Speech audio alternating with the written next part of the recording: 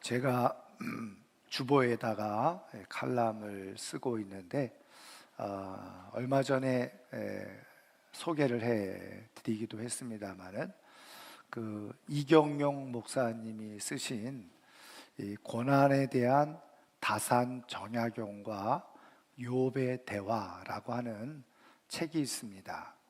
이병영 목사님이 영성학자이기도 하고 또 이런 우리나라 문화에 대한 관심을 많이 가지고 있어서 이 다산 정약용 뭐 잘 아시겠습니다만은 그가 경험했던 여러 가지 고난 그리고 또 욥이 경험했던 고난 이런 것들을 비교하면서 이 사람들이 자기에게 주어진 고난을 어떻게 생각하고 또 어떻게 대처했는지 그것을 함께 연구하고 비교하면서 쓴 그런 책입니다. 우리가 다산 정약용에 대해서는 조금 알고 있을 텐데요. 간단하게 조금 소개를 하면 실학자죠. 조선 후기에 1762년에 태어났습니다. 경기도 광주가 이분의 고향이죠.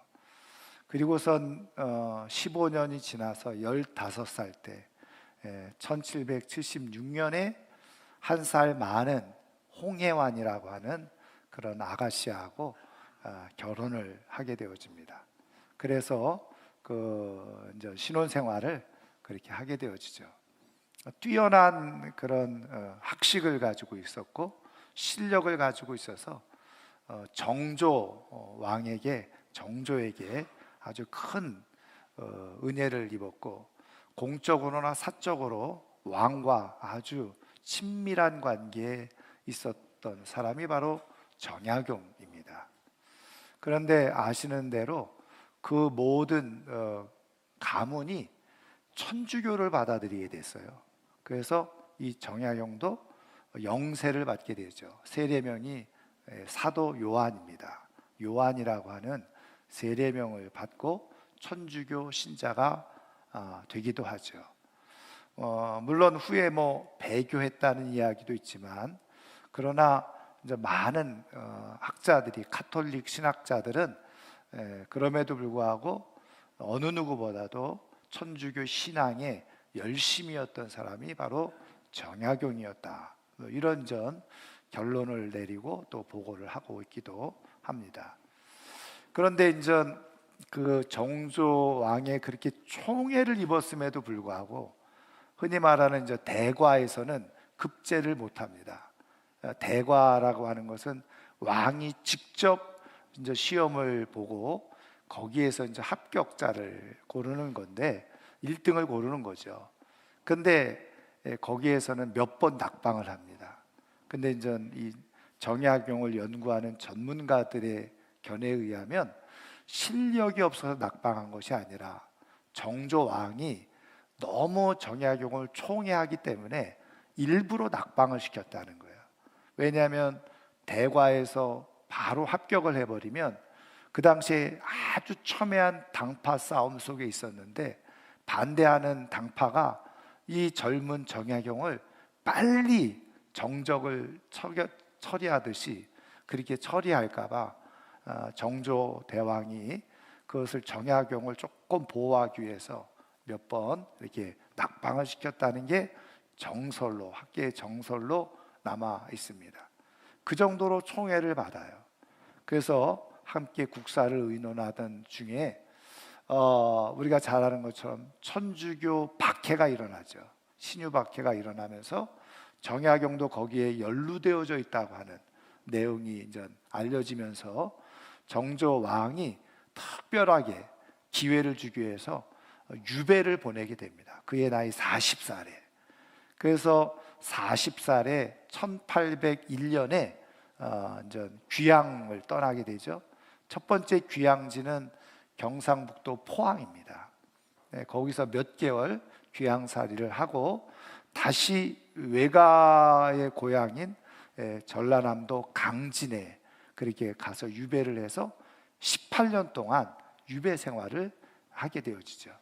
그리고선 전 다시 유배 생활이 끝나고 그의 나이 58살에 경기도 광주 고향으로 돌아가서 16년 동안 책을 저술하고 그리고 정리하면서 생을 보내다가 74세에 그렇게 죽음을 맞이하게 됩니다. 지금도 전남 강진에 가면 제가 지난해도 그쪽으로 강진 들려오다가 우리 시찰 수련회에서 다산 박물관도 있고 거기 다산 초당도 있는데 다산 초당까지는 가보지 못했습니다만은 박물관을 한번 견학하고 온 기억이 있는데, 그런데 제가 이 시간에 이 다산을 얘기하는 것 이유 중에 하나가 뭐냐면 다산의 자녀들이 6남 3녀였다는 겁니다. 근데 뭐 예전에는 그렇게 자녀를 많이 낳아도 여러 가지 질병 때문에 자녀들을 빨리 잃었잖아요. 그래서 다산도 마찬가지였다는 거예요. 그래서 끝까지 생존해서 장성한 자녀들은 2남 1녀밖에 없었습니다. 그런데 그의 자녀들의 인생에 어떻게 보면 가장 중요한 시기에 아버지가 유배를 떠나게 되어진 거죠. 그래서 결국은 자녀들과 분리될 수밖에 없는 그런 상태에 있었던 겁니다. 그리고 귀향을 떠나고 유배가 되어지고 어쨌든 죄인이라고 하는 형벌을 받았으니까 당연히 그의 가문도 또 뭐 처형도 당하기도 하고, 형제들 중에는 도피하기도 하고, 그의 가문이 몰락해버리는, 그래서 흔히 말하는 폐족이 되어버린 거예요. 폐족. 그러니까 양반 가문이지만 폐족이 되어져서 양반으로서의 어떤 기능과 역할을 하지 못하는 그런 상황 가운데 일어나게 된 거죠. 그러니까 어떻게 보면 가문이 그 풍비박산이 되어지는 그런 상황 가운데 놓여져 있게 된 겁니다. 그런데 강진의 유배 생활을 하면서 이 정약용이 자녀들에게 쓰는 편지가 있습니다. 그 자녀들을 교육하면서 쓴 편지가 있는데 그 일부의 내용이 지금 고등학교 교과서에도 실려 있다는 거죠. 근데 이제 아버지로서 어떻게 보면은 중요한 역할들을 하지 못하고 있는 상황 속에서 정약용은 특별한 자녀들에 대한 당부와 교육을 했다는 거죠. 그것 중에 하나가 뭐냐면은 늘 자녀들에게 당부하는 것은 아무리 힘들고 어려워도 손에서 책을 떼지 마라. 책을 읽어라. 독서를 하라고 권유를 한 거죠. 그래서 아무리 힘들고 어려워도 독서를 끊지 마라. 책을 끊지 마라. 그게 이제 첫 번째 권면이었습니다. 그 다음에 이제 두 번째가 중요한데 뭐냐면은 양반이라고 해서 일을 게을리하는 것은 잘못된 것이다. 그러니까 너희들의 경제를 위해서, 생계를 위해서 뽕나무를 길러서 양잠을 하도록 그렇게 가르친 거예요. 그리고 양계를 하도록 가르친 겁니다. 양반 신분이기는 하지만 그렇게 해야지 바르게 삶을 살아갈 수가 있다라고 한 거죠. 다산 정약용도 강진에서 유배 생활을 하면서 그 다산 초당 주변에 텃밭을 스스로 일구면서 거기에 꽃을 키우기도 하고 또 거기에서 많은 그런 식재료를 손수 재배를 해서 그걸 가지고 먹고 살았던, 그렇게 스스로 경제 생활을 했다는 거예요. 양반이었지만. 그래서 그의 인전 후손들이 그런 패족이 되어졌음에도 불구하고 완전히 몰락하지 아니하고 다시 살아나게 되어지는 그런 전 일들이 일어나게 되어졌다는 거죠. 그 정약용이 쓴 기록에 보면 이 포항에서 한 가정을 보면서 경험했던 것을 쓰면서 이렇게 기록을 해놨어요. 한 가정에서 아이가 5살이 넘으면 5살 이상만 되면 그 가정 안에서 그 아이에게 시켜야 될 일을 정해놓고 그리고 일을 분담해서 시켜야 된다는 거예요. 그리고 그 일에 대해서는 책임을 갖고 그 아이들이 한 시간도 그리고 놀면서 쉬면서 있어서는 안 된다, 그렇게 가르치고 말했다는 거죠.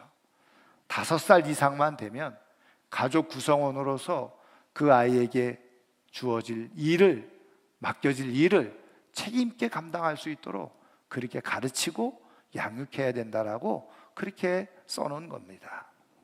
말씀드린 것처럼 이남 일녀만 생존했었는데요, 딸이 결혼할 때 그 그림을 직접 그리기도 하고 글을 써서 애틋한 마음, 직접 보지 못했으니까 그 마음을 가지고 쓴 글이 그대로 또 남아있기도 하죠. 두 아들이 학연과 하규라고 하는, 정학연, 정하규 두 아들이 있었는데, 두 아들도 그렇게 패족, 어떻게 보면 가문이 다 몰락했음에도 불구하고 아버지의 교훈을 따라서 끊임없이 공부를 하고, 그래서 이후에도 문장가로서 잘 알려진 사람이 되어졌고, 특별히 둘째 아들 하규는 자기가 직접 양반임에도 불구하고 농사진 경험을 토대로 해서 농사 지침서를 썼어요. 그게 유명한 농가 원령가라고 하는 책이죠. 그래서 정부에서 그 책을 가지고 많이 만들어서 농사 짓는 사람들에게 배포를 해서, 그래서 농사 짓는 사람들에게 많은 유익을 끼치도록 했다는 겁니다.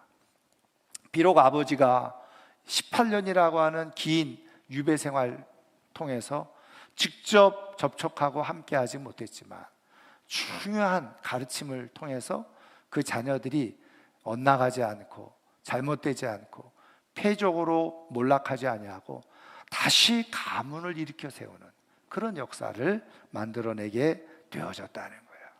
여러분, 부모가 된다는 것은 축복이자 영광입니다. 그런데 부모가 된다는 것은 또 다른 의미에서 축복과 영광이기도 하지만 부모에게 맡겨진 아주 중요한 사명이 있어요.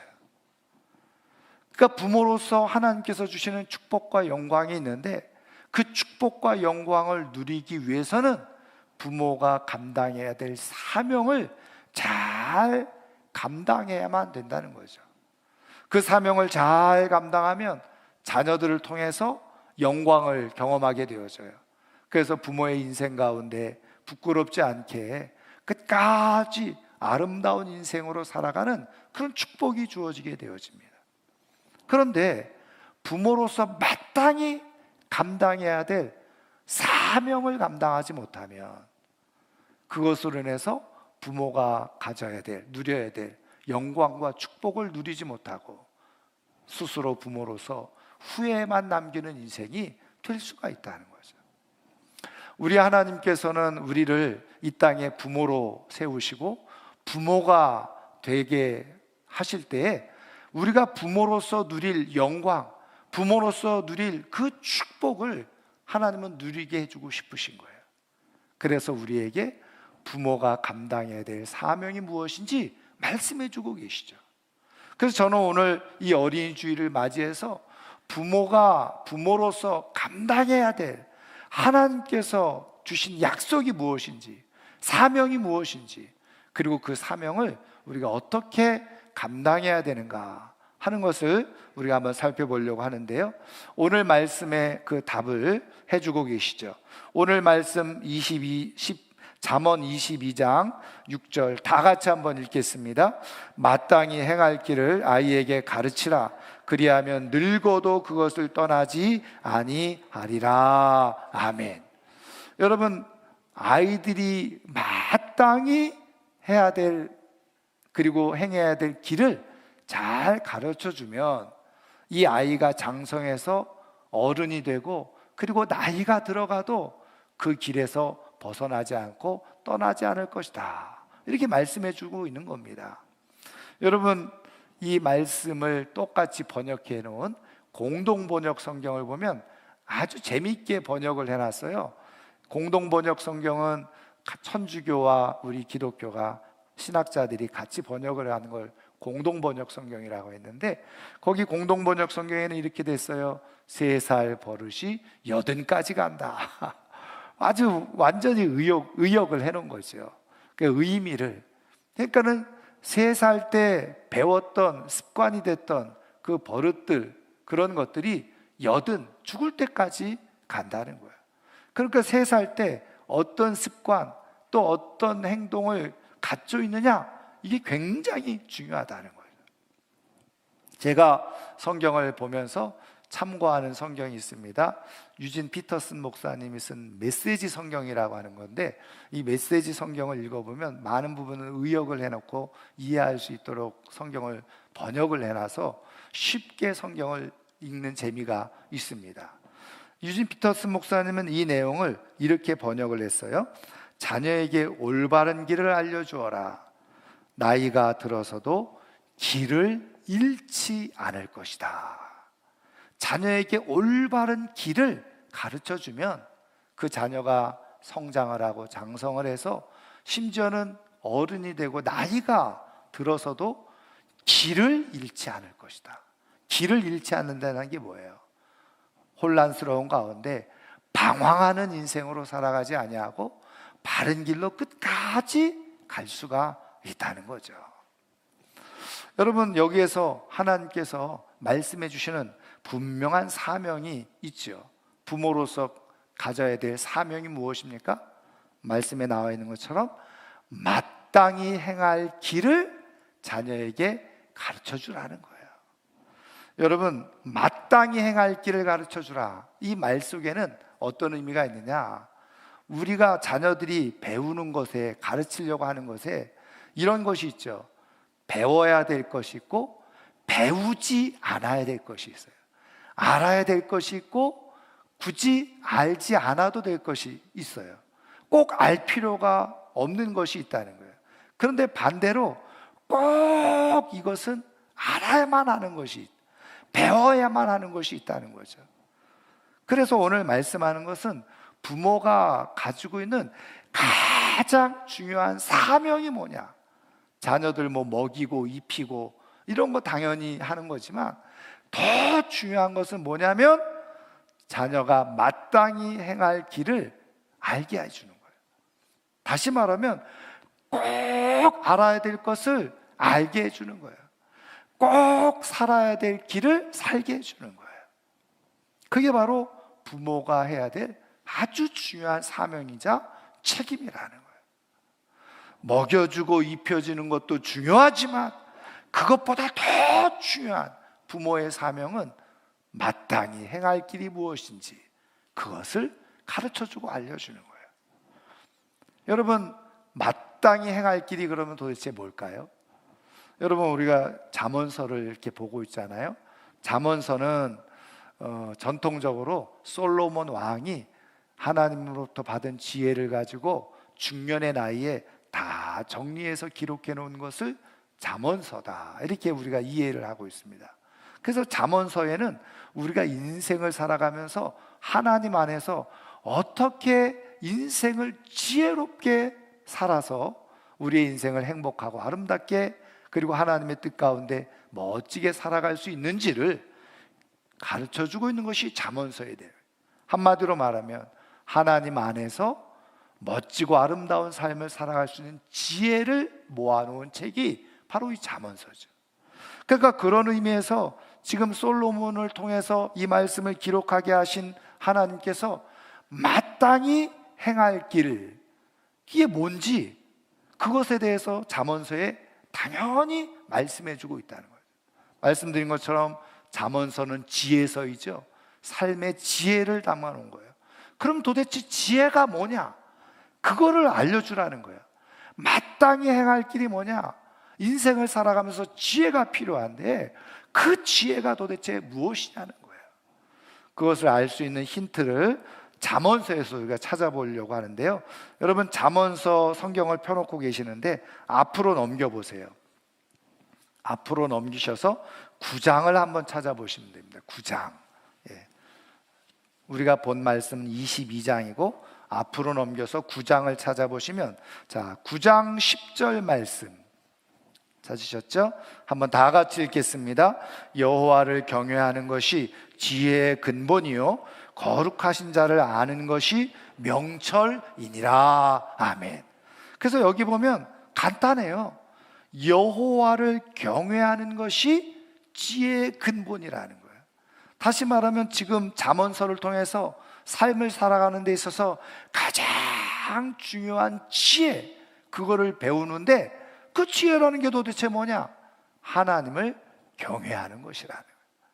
우리의 삶을 살아가는 데 있어서 가장 기본적인 지혜, 가장 중심이 되는 지혜가 뭐냐? 하나님을 경외하는 거예요. 이어서 말씀하죠. 거룩한 자를 아는 것. 거룩한 자는 누구죠? 하나님이시잖아요. 하나님을 아는 것이 명철이니라. 여러분, 하나님을 아는 지식이 똑똑이라는 거예요.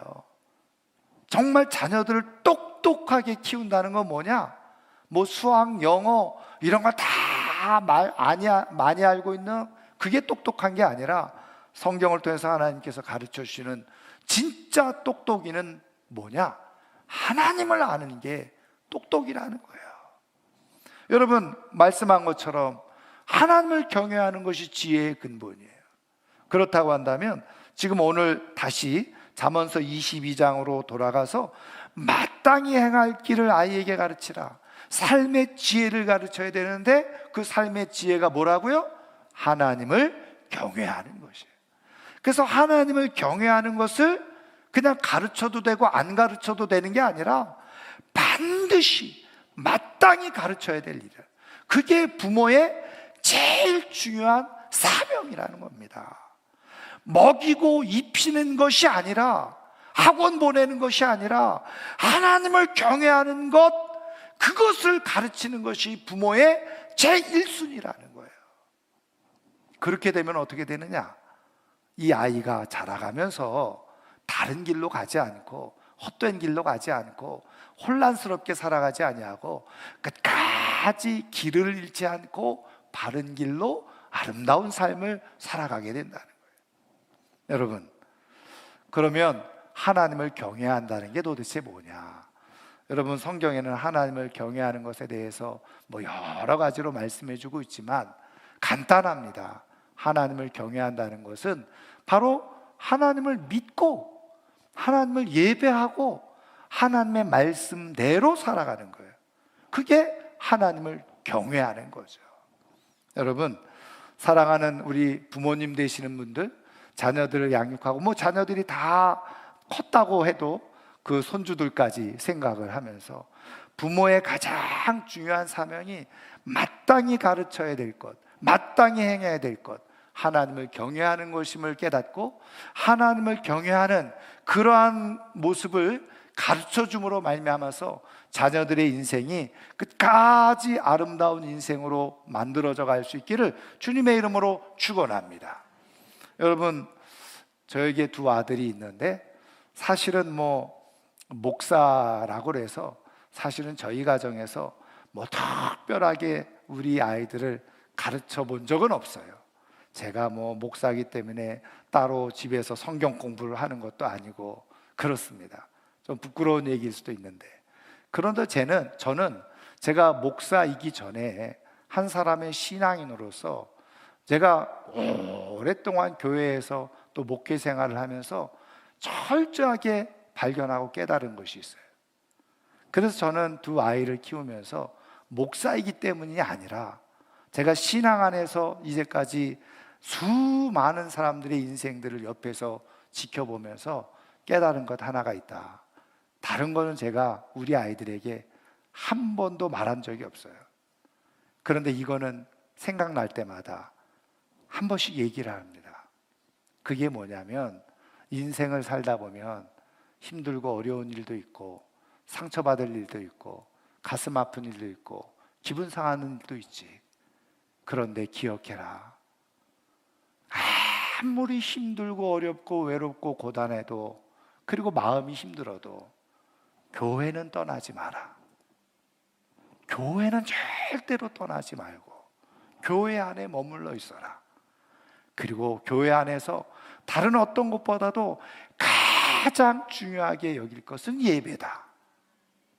그래서 두 가지 무슨 일이 있어도 교회를 떠나지 말고 무슨 일이 있어도 예배를 소홀히 여기지 마라. 그 두 가지만 인생을 살아가면서 정확하게 기억하고 있기만 해도 인생은 엇나가지 않는다. 근데 내가 지금까지 교회 안에서 목회자로서 수많은 인생들을 보고 살펴보았더니 어디에서 문제가 생기느냐? 예배를 빠지고 소홀하면 문제가 생기고, 거기에 덧붙여서 교회를 떠나가면 더 큰 문제가 생기더라. 제가 경험한 거예요. 그런데 보면은 부족해 보이고 연약해 보이고 가진 것도 없어 보이고 배운 것도 없어 보이는데 그냥 열심히 교회 안에 있고 열심히 예배드리고 그러면 그의 삶이 평안하게 인도되어지더라. 여러분, 하나님이 정말 사랑하시면요, 여러분 교회를 떠났다가도 돌아올 수 있어요. 근데 아세요? 그렇게 돌아올 경우에는 심각한 문제를 가지고 경험하고 돌아올 수밖에 없어요. 하나님이 꼭 구원하시기로 작정한 영혼이라면, 근데 여러 가지 일 때문에 교회를 떠났어요. 예배를 등한이에요. 그럴 때는 하나님께서 택한 사람이면, 다시 구원할 사람이면, 회복시키려면 엄청난 대가를 지불하게 하세요. 건강에 문제를 갖게 하시든지 뭐 사업에 문제를 갖게 하시든지 뭔가 엄청난 일을 경험하고 나서, 그리고서 어떻게 해요? 완전히 누더기가 되어져서 마치 탕자처럼 천부여 의지 없어서 이렇게 돌아오게 해서, 그래서 믿음을 가지고 살아가게 해요. 여러분, 그렇게 해도 물론 구원은 받고 그리고 생명을 얻을 수 있을지 모르지만 삶이 얼마나 그 힘든 거예요. 근데 내가 힘들고 어려워도 내가 교회를 떠나지 아니하고 예배 자리를 끝까지 지키잖아요. 그러면 회복이 빨라지게 되어졌어요. 하나님의 은혜가 빨라지게 되어졌어요. 그래서 빨리 힘들고 어려운 것들을 회복하고 극복하고 이겨내고, 하나님께서 인도해 주시고 하나님께서 보살펴 주시고 하나님이 도와주셔서 평안한 가운데 삶을 살아가는 역사가 일어나더라는 거예요. 그래서 저는 물론 뭐 성경도 많이 알고 기도도 많이 열심히 하고 이런 것도 중요하지만, 무슨 일이 있어도 어떤 상황이 되어져도 교회를 떠나지 않고 예배를 소홀히 여기지 않기만 하면 은혜의 기회는 주어져요. 회복의 기회는 주어지고 다시 살아갈 수 있는 길이 주어져요. 그리고 큰 고통과 아픔이 없이 하나님의 은혜 가운데 끝까지 살아가는 역사가 일어나게 되어지는 거예요. 여러분, 이거는 제가 경험으로 하는 말인 것처럼 보이지만 성경을 가만히 읽어보면 그대로 답을 해주고 계세요. 그래서 한번 제 말이 아니라는 것을 여러분들에게 증명해 보일 텐데, 여러분 성경을 한번 다시 잠언서 보세요.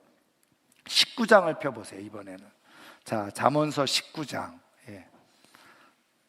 자, 잠언서 19장 23절 우리 한번 다 같이 읽어보겠습니다.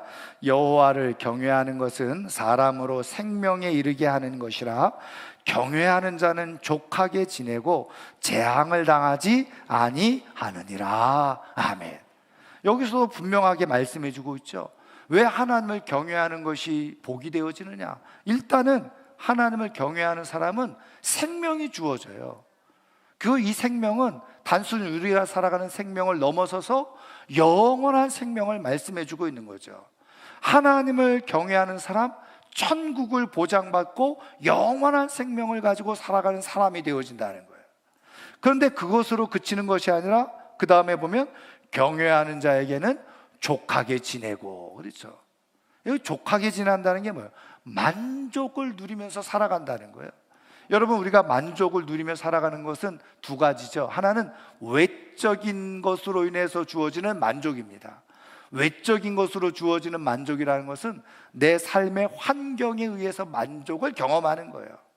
내가 좋은 부모님을 만났다든지, 좋은 이웃을 만났다든지, 좋은 친구를 만났다든지, 좋은 선생님을 만났다든지, 예를 들면 사람에 의해서 내가 만족을 경험하는 경우가 있잖아요. 그리고 뿐만 아니라 경제적으로 내가 사업을 통해서, 직장을 통해서 만족을 경험하면서 살아가는 거예요. 그래서 외적인 것으로 만족을 경험하게 되어지는 거죠. 근데 여기서 족하게 지낸다는 것, 이런 외적인 만족을 포함하고 있다는 거예요. 그래서 하나님을 잘 경외하게 되어지면 내 삶의 환경을 통해서도 만족을 경험하면서 살아가게 해주신다는 거예요. 근데 여러분, 우리가 살아봐서 알지만 다 외적인 것이 100%다 나를 만족하게 합니까? 그렇지 못하잖아요.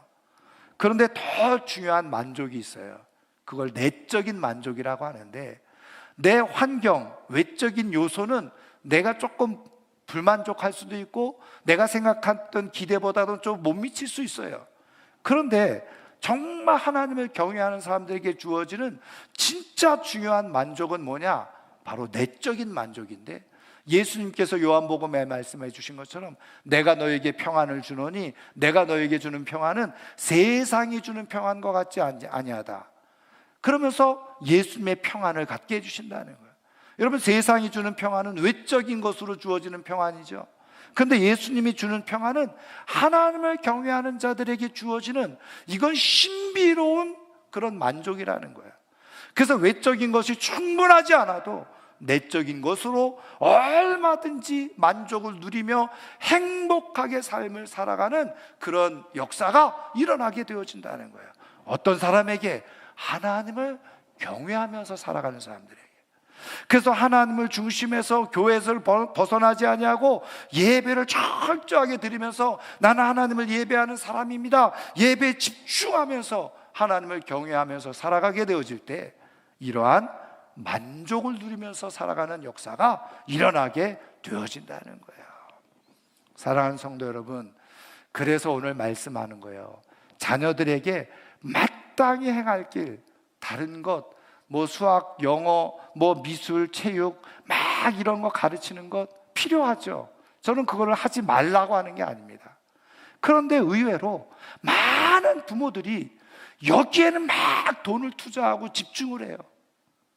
그런데 성경을 통해서 부모가 해야 될 가장 중요한 사명, 마땅히 행해야 될 길, 하나님을 경외하는 것은 말하지도 않고 가르치려고 하지도 않는다는. 그러다 보니까 어떻게 해요? 어렸을 때는 그냥 따라오다가 나이가 들면 어떻게 됩니까? 다 자기 생각대로 자기 길을 가는 거예요. 그때부터 인생은 혼돈이 되어지죠. 바른 길로 가지 못하는 거예요. 다시 말하면 끝까지 하나님이 약속해 주신 생명의 길을 가지 못해요. 여러분, 예수님이 말씀하셨어요. 도적이 오는 것은 도적질하고 죽이고 멸망시키려는 것뿐이요, 내가 온 것은 양으로 생명을 얻게 하고 더 풍성히 얻게 하려는 것이라. 그러니까 여기서 하나님을 경외하는 것하고 예수님을 믿는 것하고 예수님을 영접하는 것하고 똑같은 것이에요. 예수님께서 내가 곧 길이요 진리요 생명이니, 예수님이 길이라고 말씀하셨잖아요. 그래서 마땅히 행할 길, 예수님을 믿고 하나님을 경외하면서 삶을 살아가게 하는 거예요. 그렇게 되어질 때 어떤 일이 일어난다고요?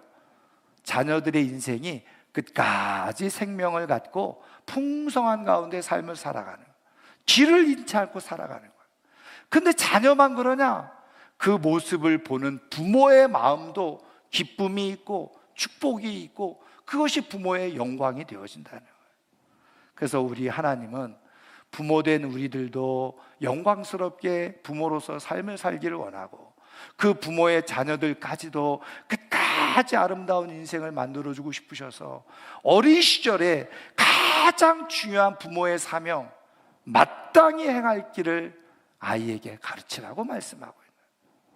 저는 이 어린 주일에 맞이해서 우리 부모된 우리 성도님들이 마땅히 행할 길을 우리 자녀들에게, 좀 늦었다 싶으면 손주들에게 잘 가르쳐서 그것이 부모의 영광이 되고 기쁨이 되고 자녀들의 인생에도 끝까지 아름다운 인생으로 방황하지 않고 살아가는 그런 축복이 있기를 주님의 이름으로 축원합니다. 그러면 하나님을 경외하는 걸 어떻게 가르쳐야 되느냐 하는 거죠. 여러분, 제가 이것은 한번 말씀을 드린 적이 있는데요. 유치원 다니는 어린 친구들, 초등학교 다니는 친구들에게 물어봤어요. 그리고 또 그 부모님들에게 따로 물어봤습니다. 먼저 부모님들에게 물어봤죠. 아이들이 부모에게 가장 원하는 것은 뭐라고 생각합니까?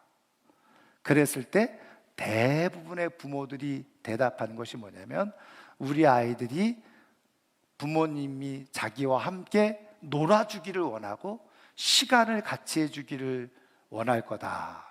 그래서 부모들 가운데 내가 자녀들하고 함께 시간을 가져주지 못한 미안한 마음을 가지고 있는 부모들이 있다는 거죠. 부모들은 아이들이 그걸 원할 거라고 생각을 하는 거예요. 유치원 아이들하고 초등학교 아이들에게 물었습니다. 너희들은 부모님이 어떻게 해주었으면 좋겠냐?